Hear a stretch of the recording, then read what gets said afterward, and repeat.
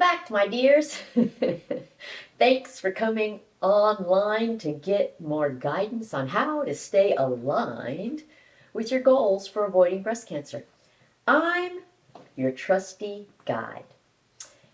And if you want to toe the line in ruling out breast cancer, one of the things you need to understand is the guidelines for breast cancer.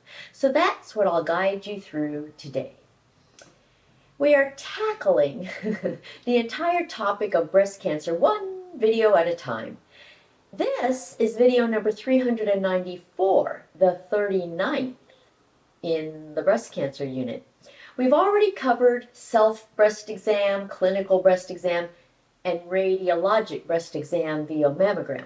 And since mammograms constitute the gold standard as a screening test for breast cancer, there are guidelines for them. So that's what we'll discuss today. You will find this material in chapter 30 of my book, both the first edition and the second edition. But you know what? It's best if you watch this video and refer to my book. Now, I've presented the concept of guidelines before. There are guidelines for just about everything in medicine. They represent sort of the roadmap for patient care. I guess you could say that guidelines govern your medical care. They dictate all sorts of things from schedules for screening tests to treatments for diseases. But there are some underlying general principles of guidelines that you must always keep in mind. So I'll present these principles for guidelines in general, as well as the guidelines for screening mammograms in particular.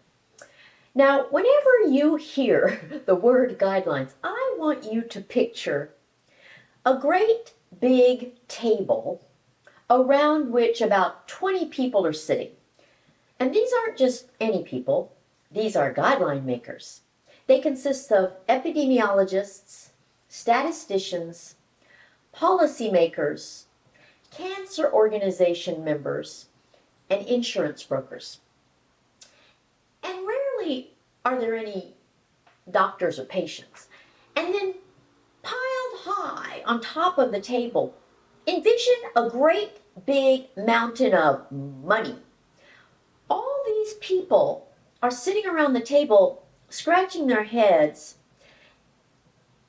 and saying, let's see, how shall we spend this money on the entire population?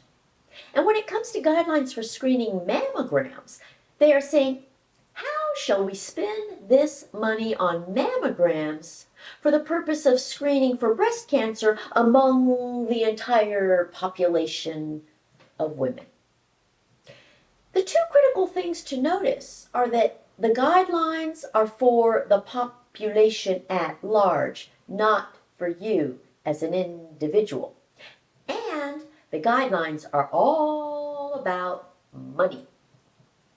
In the case of mammogram guidelines, these people are deciding how to spend the money on the entire population of women and still catch as many breast cancers as early as possible. So the guidelines for mammograms are general rules about when to have your first mammogram, how frequently to have subsequent mammograms, and when to stop having mammograms, if ever. Guidelines are for the patient with average risk for a disease. So when it comes to mammograms, the guidelines are for the woman with the average risk of breast cancer of 1 in 7 over the course of her entire lifetime. The guidelines are not intended for women with a higher risk based on a genetic mutation for breast cancer, a previous history of breast cancer or another cancer, a history of intense radiation therapy for cancer, a family history of breast cancer in maternal first-degree relatives, or extremely dense breasts. Women with a very high risk of breast cancer need a more personalized approach to the use of mammograms for purposes of catching breast cancer early. A good analogy is a travel guide. You know how you can go on a group trip in which the entire trip is designed for the whole group. In such cases, there's usually a guide, and that guide is a group guide. He or she provides the same experience for the entire group. Everybody visits the same tourist attractions. Everybody eats at the same restaurants. So everything about the trip is generalized to the whole group. I refer to this kind of guide as a general group guide. And they hold the guide way up high and so that everyone can see it when they're walking around. Now, alternatively, you can book a private trip in which you hire a personal guide. In that case, you have the guide take you wherever you want to go. It doesn't matter what the typical groups do or where they go. You can dictate which tourist attractions you want to visit, and you can dictate where you eat. I refer to this kind of guide as a personal, private guide.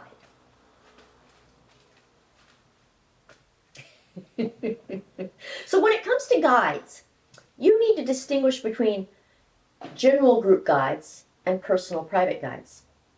Guidelines are like the general group guides.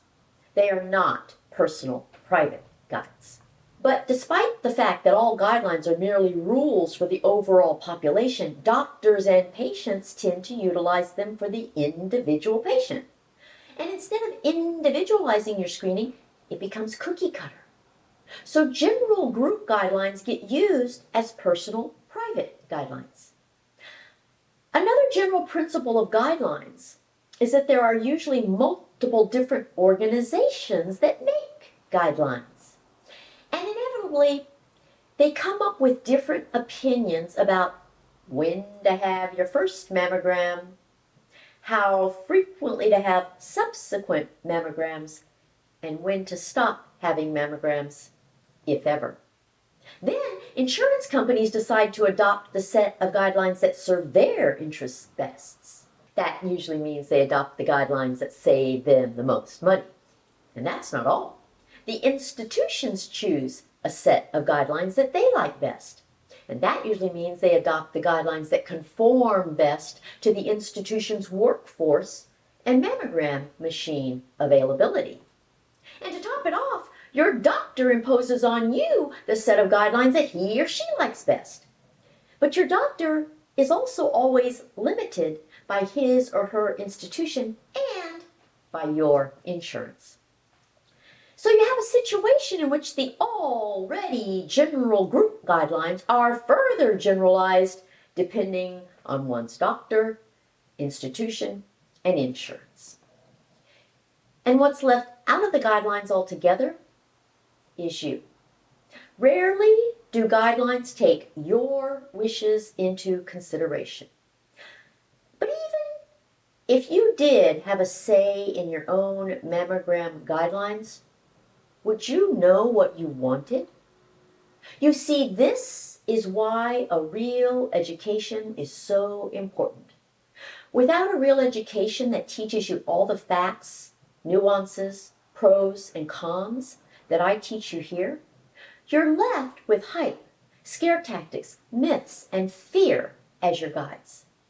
I want you to have the power and the confidence to understand the various mammogram guidelines, assess their differences, and understand the consequences of their differences. The differences between various mammogram guidelines represent conflicts, and conflicts lead to confusion. But this education will enable you to understand the conflicts and avoid the confusion. You typically know very little about all the different and conflicting guidelines for any screening test, including mammograms. Most women only know what they hear in the news, and that is the worst resource ever for such information. Mostly, you just hear about the changes in guidelines from time to time, and that confuses the little bit of information you do have. So, as I present the different guidelines for mammograms, I want you to keep these general principles in mind. 1. Guidelines always pertain to the entire population, not you individually. 2. guidelines are always about money. And 3, there are multiple different sets of guidelines. And more than anything else, I want you to remember this. You deserve peace of mind. The very best guideline for you is whatever gives you peace of mind. You do not have to follow any set of guidelines. You can do whatever gives you peace of mind. Even if you have to pay for a screening test here or there, do what gives you peace of mind.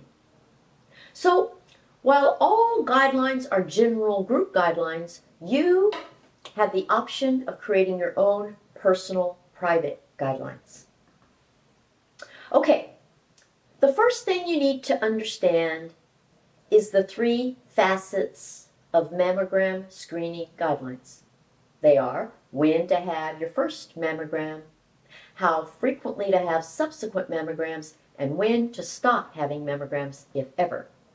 These are the 3 things that make all the difference between one guideline and the next. And the reason these 3 things govern the differences is because of the differences that each imposes on the statistics of breast cancer. Each one has an impact on how effective screening mammograms are. So let me delineate the effect of each of these 3 facets. First, statistics show that the earlier women start getting screening mammograms, the more lives that are saved by detecting breast cancer early. So the starting age of screening mammograms is critical. If the greatest number of lives are saved by starting mammograms at age 40, what's the effect of waiting until a later age to have your first one? If the first mammogram begins at age 45 instead of at age 40, at least one woman out of 1,000 who would otherwise have lived will die of breast cancer. If the first mammogram begins at age 50 instead of at age 40, that number increases to 5 out of 1,000. Second, statistics also show that the shorter the interval between mammograms, the more lives that are saved by detecting breast cancer earlier. There is something called an interval cancer. An interval cancer is a breast cancer that becomes diagnosable in the time frame between 2 mammograms. So the less frequently mammograms are done, the more interval cancers are diagnosed. If the whole idea of screening is to detect breast cancers early, why would any organization increase the interval between mammograms? This means that annual mammograms will save the most lives.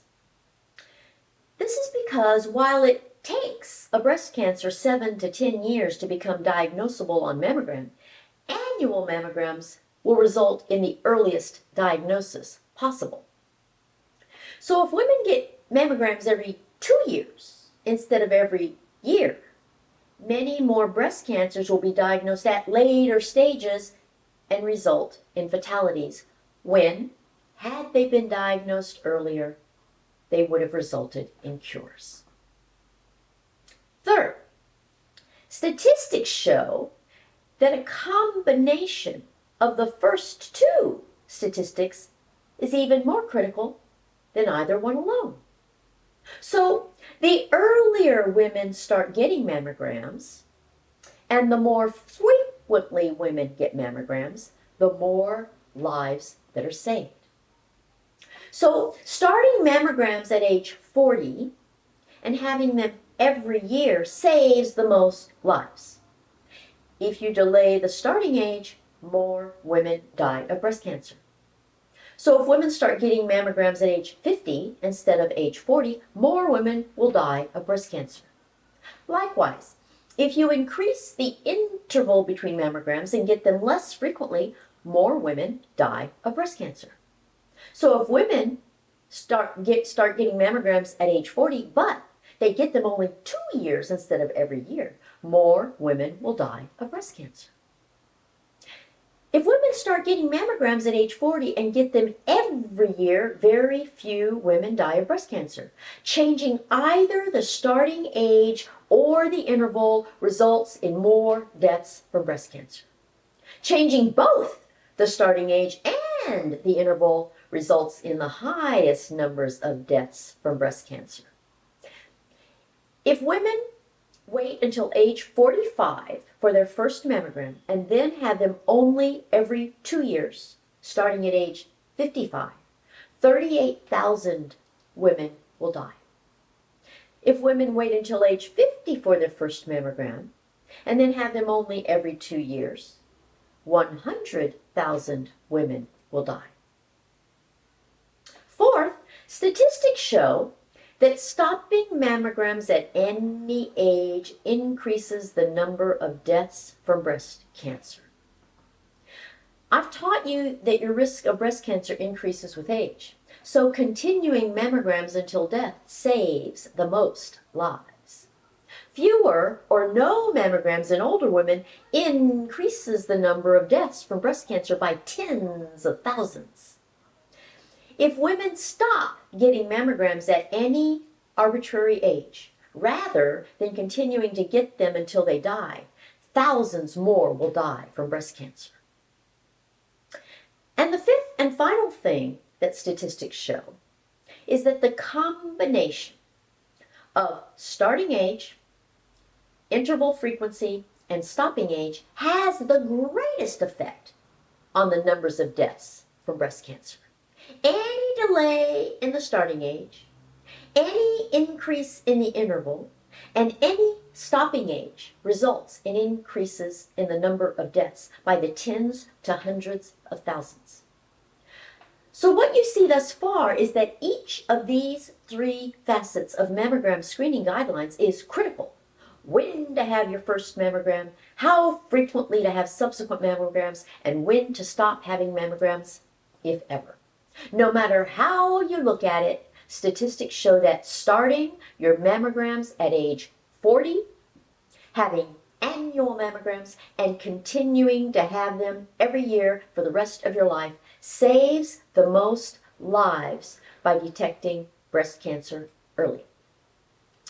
So now I'll present the various different guidelines for mammograms from the various organizations that created them. And you'll see how they differ with regard to these 3 facets of guidelines.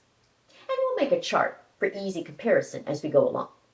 Here's what we'll include in our chart. In the first column, you see that it offers the designations for starting mammograms, intervals for mammograms, and stopping mammograms. Starting mammograms designates the age to start getting mammograms. Intervals for mammograms designates how often to get mammograms. And stopping mammograms designates when to stop getting mammograms. The second column further specifies these designations. And the remaining columns are for the various organizations that have developed mammogram guidelines. And I'll designate what they are as we go along. The first set of mammogram guidelines were those of the American College of Obstetricians and Gynecologists, or ACOG.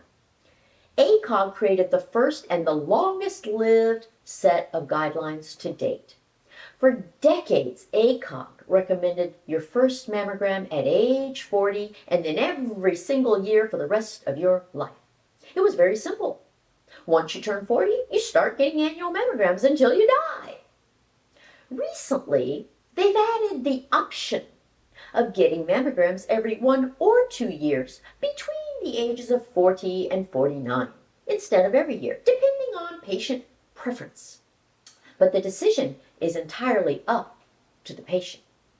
But it is still very firm on annual mammograms from age 50 on.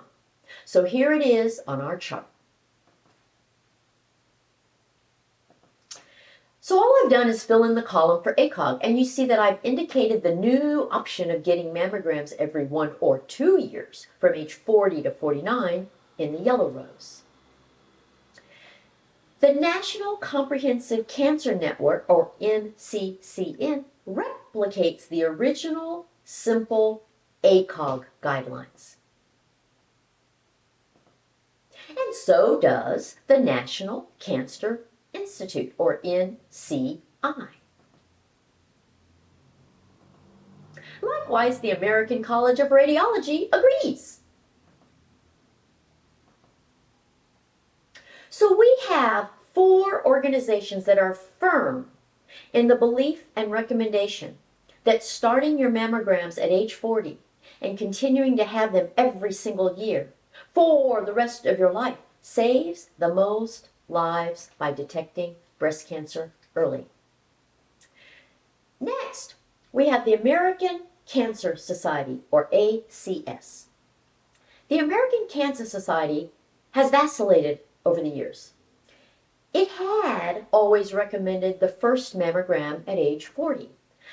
But in 2015, it changed its recommendation to starting mammograms at age 45, followed by annual mammograms until age 54, and then only biannual mammograms after age 55.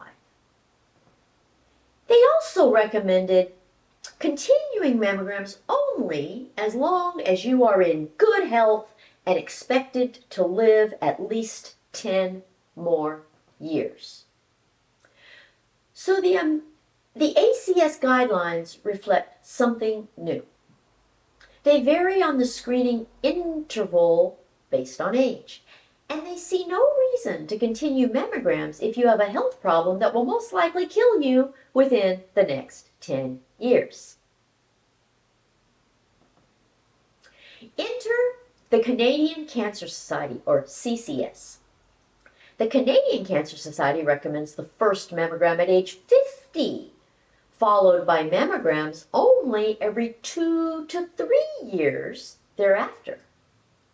So here we see 2 new bold moves: starting mammographic screening at a later age and lengthening the interval between mammograms. And now we come to the organization that has really upset the apple cart. Both doctors and patients are all a-Twitter about recent media announcements of a change in these mammogram guidelines. The United States Preventive Services Task Force, or USPSTF, is the organization that caused all the ruckus. Before 2009, it recommended a baseline mammogram between ages 40 and 49, and then every 1 to 2 years. But in 2009, it changed its guidelines to no routine baseline mammogram at all, and biannual mammograms between the ages of 50 to 74, and then no more mammograms at all after age 75. Well, this threw everyone into a tizzy. This new set of guidelines adjusted all 3 of the critical facets of screening mammograms: starting age, interval, and stopping age. No other organization had ever said there shouldn't be a set age for a baseline mammogram. And the USPSTF is saying that doctors need not even mention the availability of mammograms for screening before age 50. This is very different than giving a patient the option. By eliminating the baseline, it also limits communication. It would have been very different if the guidelines made the baseline age the prerogative of the patient. This means that if your doctor, institution, or insurance follow these guidelines, you would have to pay for any earlier mammograms yourself. This is also the first set of guidelines that authorizes only biannual mammograms and only between the ages of 50 and 74. And no other organization had ever come right out and said, just stop getting mammograms altogether at some arbitrary age. But the USPSTF is implying that it's okay to let women over age 74 die from breast cancer. This is despite the fact that the average life expectancy for women is over 81 years. And life expectancy is increasing, not decreasing.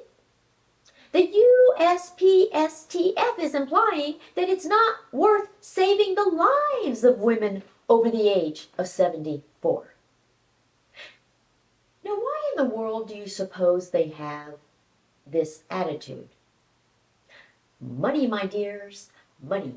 USPSTF is basically saying, let's save some money, even if it means losing some lives. It sees no value in starting mammograms early in your life, performing them frequently, or continuing them late into your life. So it makes our chart look a bit different. The reactions to the new USPSTF guidelines were swift and brutal. ACOG, the American Cancer Society, and the American College of Radiology all stood by their current guidelines. The American Society of Breast Surgeons strongly opposed the new USPSTF guidelines, as did the Society for Breast Imaging, and even the Susan B. Komen for the Cure Foundation. And of course, the vast majority of women are completely confused. They don't understand how much money drives guidelines. This is why I told you to envision a table piled high with money every time you hear the word guidelines. So everything matters. Every aspect of a guideline has consequences. If your tour guide leads the group into a dangerous area, you have no say in the matter, and the consequences could be dire. But you have the option of hiring your own personal private guide, and that will enable you to go where you want to go, regardless of whether it's to a safer or a more dangerous location. And the same is true for mammogram guidelines. But you see, these are all things you have to consider for yourself, regardless of what any guideline recommends. In any case, let your own conscience be your guide.